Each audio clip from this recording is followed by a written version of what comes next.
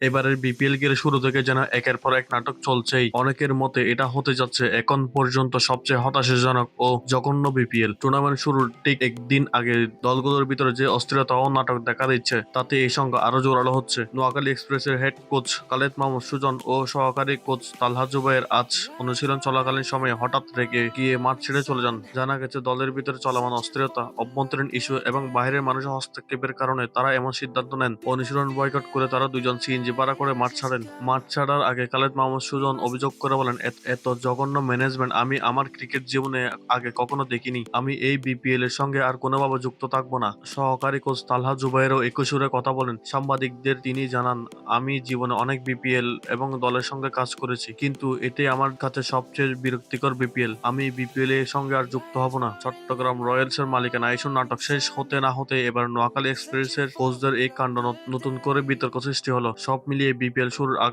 পরিস্থিতি বেশ অস্বস্তিকর হয়ে উঠেছে। তবে পরবর্তীতে সন্ধ্যার দিকে বিসিবির হস্তক্ষেপ ও সহায়তায় পরিস্থিতি কিছুটা নিয়ন্ত্রণে আসে। নোয়াখালী এক্সপ্রেসের দুইজন কর্মকর্তা দুই কোচকে বুঝিয়ে আবারও নোয়াখালী অনুশীলনে ফিরিয়ে আনেন। রাগ করে সিএনজি থেকে মাঠ ছাড়লেও পরবর্তীতে কালো গাড়িতে করে অনুশীলনে ফেরা হয় এবং দুজন আবার যুক্ত হন দলের অনুশীলনের। বিপিএল শুরুর ঠিক একদিন আগে এমন নাটকীয় ঘটনা নিঃসন্দেহে বাংলাদেশ ক্রিকেটের জন্য হতাশাজনক। টুর্নামেন্টের মান, ব্যবস্থাপনা ও পেশাদারিত্ব নিয়ে প্রশ্ন উঠেছে। এইসব ঘটনা থেকে এবারের বিপিএল যে কতটা চ্যালেঞ্জিং হতে যাচ্ছে তা সহজে অনুমান করা যাচ্ছে।